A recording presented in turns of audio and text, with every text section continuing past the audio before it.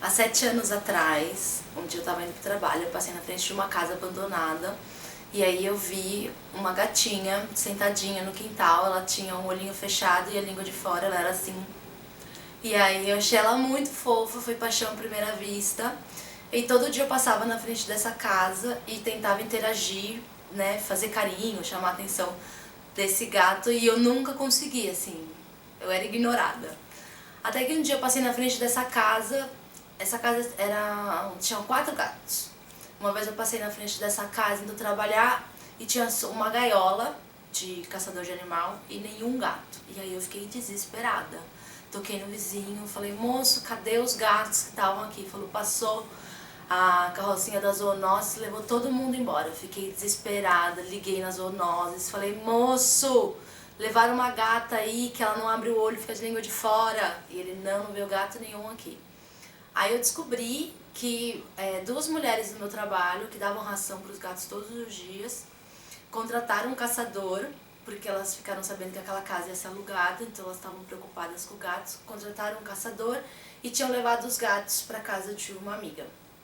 Aí eu falei, eu quero adotar a gatinha que fica com o olhinho fechado. Aí elas falaram assim, você quer a piratinha? Você quer a piratinha? Elas ficaram super felizes. E aí eu coloquei tela na minha janela e uma semana depois eu fui buscar a Tica Piratinha. E aí quando ela chegou na minha casa, ela ficou 1 mês embaixo da cama, 1 ou 2 meses embaixo da cama.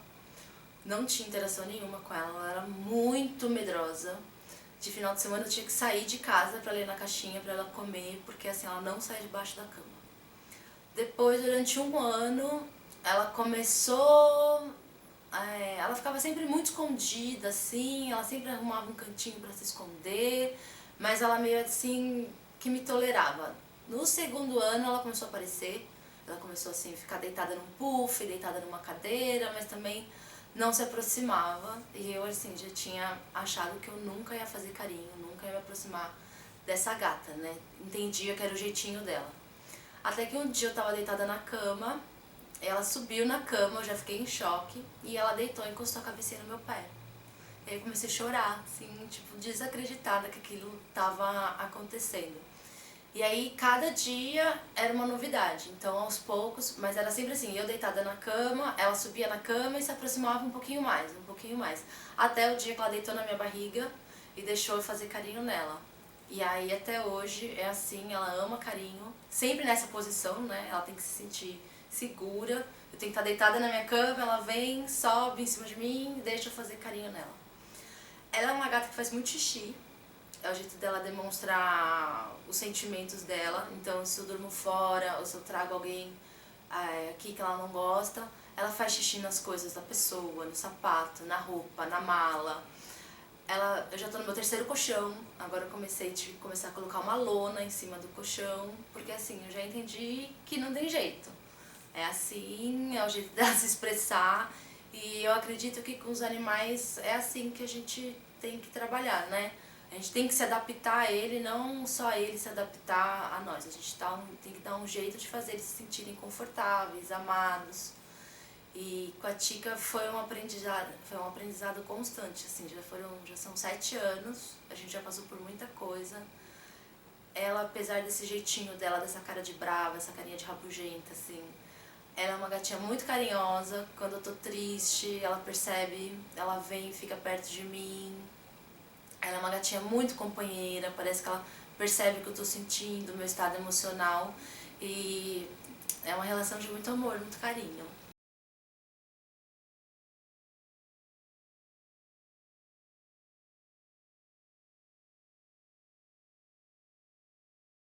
Nós decidimos por adotar um gatinho, o Fígaro Antônio.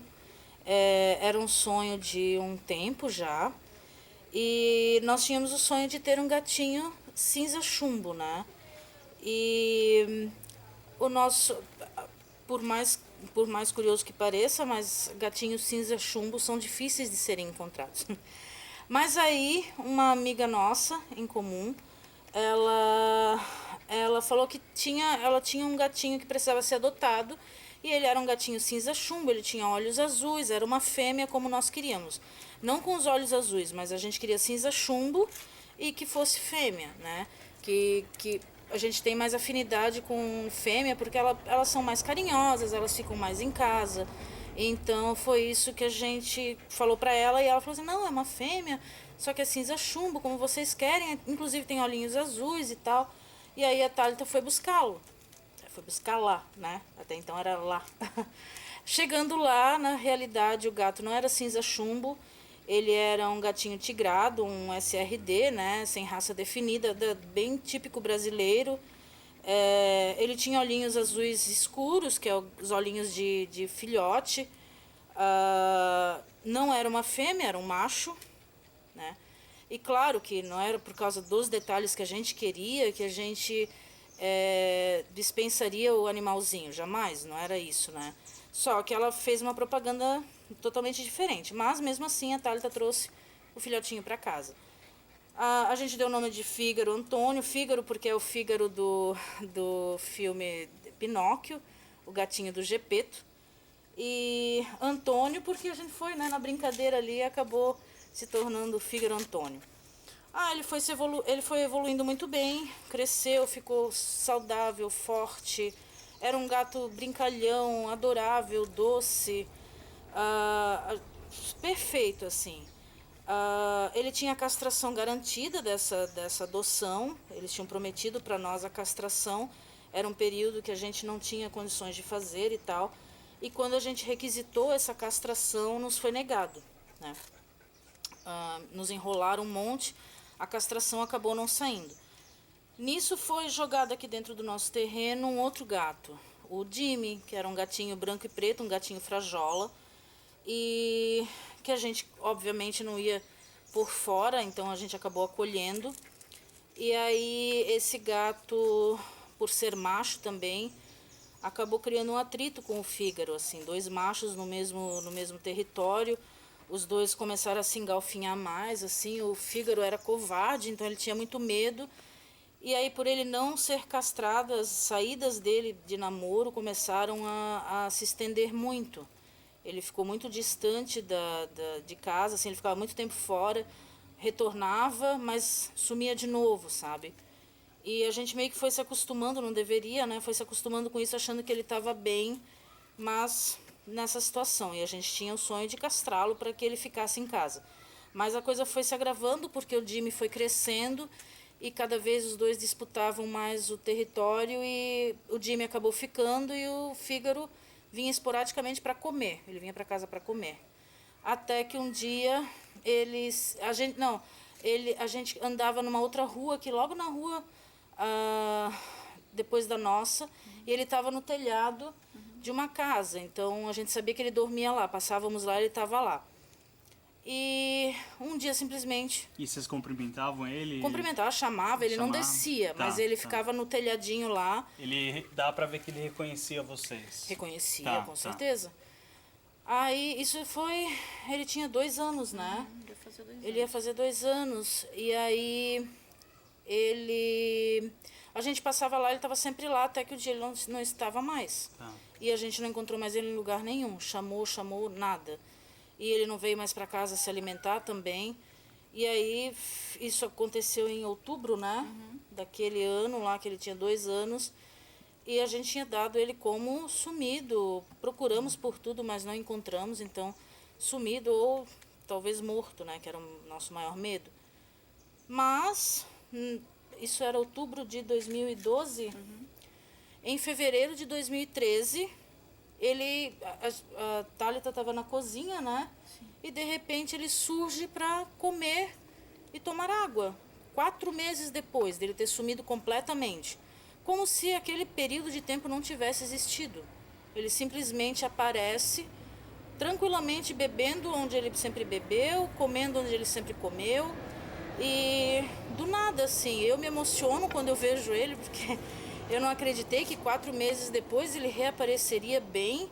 Só que na verdade ele não estava tão bem assim. Ele estava bastante gripado, bastante constipado, assim, ele soltava bastante catarro pelo nariz, pela boca, ele estava bastante gripado. Aí nós medicamos ele deitou com a gente na cama, ele ficou como se realmente aqueles 4 meses e o período antes, que ele já não ficava mais tanto em casa, não tivessem existido. Era como se fosse só ele na casa, assim. Foi muito bom. E quando ele reapareceu, ele viu o Fígaro, e qual foi a reação dele com o Fígaro? Com o Jimmy? Com o Jimmy, isso. O Jimmy, eu acho que porque o Jimmy dormia muito em cima do telhado, eles não chegaram a se encontrar. Entendi. Como ele estava doentinho, ele ficou mais dentro de casa, né? Tá. Aí ele ficava com a gente na cama ou no sofá. E ele dormia no colo da Thalita tranquilamente, como sempre foi. Só que isso foram 4 dias. Depois desse 4º dia que ele estava em casa, que ele já estava melhorando da ronqueira ali, da gripe que ele estava, ele sumiu, e aí ele sumiu para sempre, assim. A gente ainda procurou tudo, mas nunca mais, aí nunca mais apareceu. A gente não sabe, por ele ser um gato muito dócil, se alguém pegou, se alguém levou, ou se aconteceu alguma coisa na rua, que infelizmente quando não são castrados, né? Não é o caso de hoje em dia, que hoje em dia nossos animaizinhos são todos castrados, mas na época a gente sabia do risco que estava correndo por ele não ser castrado. Então essa é uma grande questão que a gente vive até hoje. Eu, nos anos 90, mais ou menos eu tinha 10 anos até os 17, 16, por aí, eu ia com toda a minha família, meus pais e meus 2 irmãos, para uma praia que ficava do lado de Batuba, pertinho, né? Era a Perequemirim.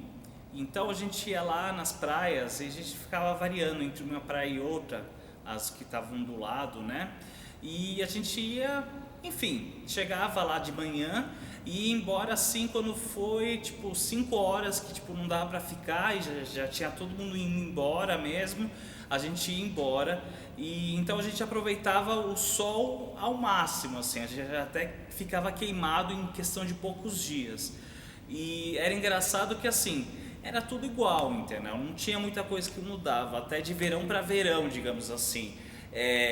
Eu lembro que eram sempre essas pessoas que vendiam raspadinha com leite condensado, eram as mesmas pessoas que vendiam pastel, era a mesma barraquinha de coco gelado com os mesmos vendedores, tal. Então a gente via as pessoas envelhecendo mesmo sem ter tido muito contato com elas, né? A gente tinha mais contato visual mesmo.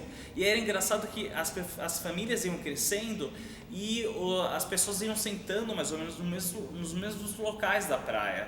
Então eu lembro que dentro dessas variáveis, que variavam muito pouco, o que me impressionava muito quando eu era criança, né, e quando eu fui crescendo mais ainda, eram 2 personagens dessa praia que não mudavam nunca, que estavam sempre lá. Era um cachorro vira-lata, que era de médio para grande porte. Ele era super feliz, né? E ele era meio selvagem, então, porque ele não tinha muita criação, assim, ninguém pegava para cuidar e para dar carinho. Então, quando ele se aproximava das pessoas, ele não se aproximava com jeitinho, sabe? Ele era meio assim, tipo, autônomo, meio selvagem mesmo. Então, as pessoas que não entendiam ele ficava mais incomodando do que agradando as pessoas, entendeu? Então, tipo, sei lá, você comprava uma caipirinha ou uma raspadinha, você deixava na areia, ele vinha de surpresa a pegar a caipirinha ou a raspadinha, e aí a pessoa fazia, não, sai daqui, tal. Então ele vivia assim, entendeu? Outra coisa que eu percebia muito, que ele pegava coisa do lixo mesmo, entendeu? Se as pessoas não davam para ele, lógico que ele ia ter que ir atrás do lixo para comer, para sobreviver. E ele tinha lá um amigo, que era um amigo muito especial. Por quê? Porque esse amigo, ele também era um personagem meio que invisível no meio da praia. Eu digo invisível porque eram personagens que eram assim, eles se faziam companhia, porque eles não tinham outras pessoas para fazer companhia. O menino, ele era um menino, né, esse outro personagem que eu acompanhava. Ele tinha mais ou menos uns 14 anos, eu lembro que ele era bem magro, usava um calção assim de banho, enquanto todo mundo usava sunga ele ficava de calção. Ele tinha cabelo encaracolado, era bem moreno, e o impressionante dele é que ele vivia sorrindo e de bom humor, só que ele não tinha desenvolvido a fala, então ele era bem peculiar assim, tipo, na maneira de ser. E eu lembro que ele se comunicava com grunhidos, e ele apontava as coisas e grunhia, sabe? E aí eu lembro que eles entravam no mar para brincar com o cachorro, e o cachorro ia até a cabecinha dele. Ele ia um pouquinho mais para frente, as ondas iam chegando, e quanto maior eram as ondas, o menino ia falando assim mesmo, tipo uma arara, sabe? E ele olhava assim para mim e fazia tipo, olha lá aquela onda bem grande, sabe? Ele se comunicava assim. Então, apesar disso, apesar de que ele não tinha boa comunicação com os outros humanos, né, que menosprezavam o menino e o cachorro também, eles tinham boa comunicação com as crianças que se divertiam, né, meio que na ignorância, porque a gente não fazia distinção entre quem era mais inteligente e quem tinha problemas, enfim, a gente para mim era tudo criança mesmo, era tudo diversão. E o cachorro, porque o cachorro adotava o menino e ele adotava o cachorro. E eu lembro que esse menino, apesar de ele não ter desenvolvido a fala, ele era inteligente na maneira dele de ser. Porque eu lembro que uma vez a gente estava comendo bolacha, o meu pai estava com um pacote de bolacha na mão e ele apontou a bolacha, o meu pai fez um grunhido, tipo... E o meu pai deu a bolacha, lógico, né? Só que aí, o que aconteceu? Ele começou a pedir bolacha todos os dias. Então ele chegava perto da gente e fazia... E meu pai dava bolacha, mas assim, ficou inviável dar toda a bolacha para ele todos os dias. Então meu pai falou assim, não, agora chega, tá? Chegou um dia que ele falou, não, chega. E aí o menino respeitou, nunca mais pediu bolacha. Então, quer dizer, era um menino que entendia, sabe, as coisas, entendia ao redor dele. Só que as pessoas excluíam ele da sociedade, digamos assim. Só eu que entre o gibi e o outro que ia lendo, e observando o menino e o cachorro invisíveis lá naquela praia. Bom, eu fiquei chocado uma vez, que era um verão que a gente chegou, e o cachorro estava mancando, né? E aí o que se dizia na praia é que alguém tinha se irritado com o cachorro, naquela selvageria toda, e o cachorro tinha sofrido um acidente assim, alguém tinha maldosamente tinha derrubado um balde de água quente no cachorro e ele ficou mancando de uma pata, foi algo irreversível. Mas eu lembro que nem por isso o cachorro ficou entristecido, chorando pelos cantos, não, ele se virava muito bem com as 3 patas que tinham restado dele. Eu queria agora que você olhasse para a câmera, não mais para mim, e como se a Tica estivesse aqui no meu lugar, fizesse uma declaração de amor para ela. Tica, eu tenho muita sorte de ter você como minha companheira. Eu amo a sua companhia. Você é uma gatinha muito carinhosa, você é uma gatinha muito especial. Eu só tenho a agradecer por ter você todos os dias do meu lado, porque eu sei que é uma troca, que eu cuido de você e você cuida de mim também. É uma relação de muito amor e muita parceria. Eu te amo muito. E como você imagina daqui pro futuro, assim? O futuro da Tica, o futuro seu, como é que vai ser essa parceria? A minha grande vontade é poder me mudar para um lugar maior do que essa kitnet, ter uma casinha com um quintal para ela tomar sol, para ela se sentir bem confortável. Ela tá ficando velhinha já, né? Tá cada vez mais velhinha. E eu só quero cuidar dela, tá sempre do lado dela e que ela possa ter uma vida muito boa, com muito sachê, muita comida pastosa, que é o que ela ama, e que ela tenha uma vida muito confortável. Tá certo, obrigado. Se eu disser que eu não tenho esperanças de, quem sabe, um dia ele reaparecer, assim como uma cachorrinha minha que também sumiu, de reaparecer, é mentira. Porque qualquer gato tigrado que eu veja na rua, né, quando eu vejo algum na rua, eu olho para ver se não é ele. Assim como eu procuro também minha cachorrinha, uma poodlezinha que sumiu, que quando eu vejo que é uma poodlezinha com um rabinho, eu olho para ver se não é ela, sabe? Então pra gente fica para sempre, né? A esperança de um dia reencontrar, ainda mais ele que voltou 4 meses depois. Então essa foi infelizmente a história do Fígaro, assim, ele foi tão desejado, ele teve o nome planejado para ele, e a gente não costuma repetir nome nos animais, tem gente que consegue, né? Nós não. O nome é a característica, a personalidade de cada bichinho, então foi o nosso Fígaro, o nosso Figuinho, como a gente chamava ele, Figuinho. E então agora eu quero que vocês olhem para esta câmera como se o Fígaro estivesse aqui e desse um recado para eles, cada uma. Primeiro você, depois você. Ai, meu Deus. Fígaro, onde você estiver, Fígaro, Figuinho de mamães, Se pudesse voltar, mamães ficariam muito felizes, porque a gente não gosta de perder ninguém aqui nessa casa. Somos todos vocês, assim, nós temos 6 bichinhos de estimação e a gente não faz nada, não exclui ninguém, assim, não tem como a gente viajar e deixar alguém para trás, não tem como a gente fazer isso. Então a gente jamais queria ter perdido nosso Figuinho também. Então o que a gente queria é que ele estivesse aqui, curtindo com a gente aqui, como os outros irmãozinhos dele estão. Então se ele pudesse voltar, seria a melhor coisa do mundo no momento.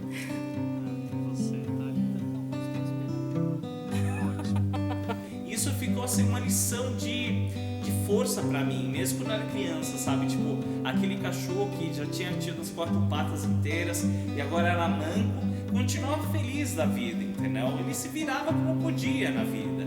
E é isso, eu acho que ficou uma grande lição.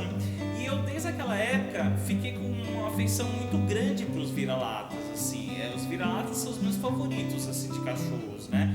Eu olho os cachorros, tal, acho muito queridos, os de raça, tal, mas os vira-latas me conquistam, assim, de uma maneira desigual mesmo. É assim, é fora de sério mesmo. É uma coisa, uma paixão que eu tenho tão grande que eu adotei uma vira-lata pra mim em 2010.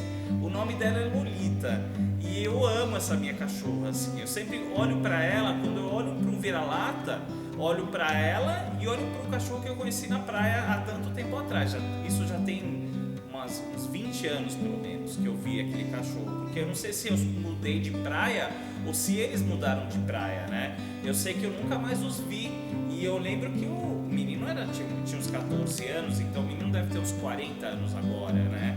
O cachorro já deve ter morrido, sim, mas é incrível como ficou na minha memória, entendeu? E eu sempre vou lembrar desse cachorro, assim como quando eu olho pra Lolita, minha cachorrinha, e sempre vou lembrar daqueles anos, dos anos 90, na praia de Batom de Perequemirim, tá certo? E é isso que eu queria dizer.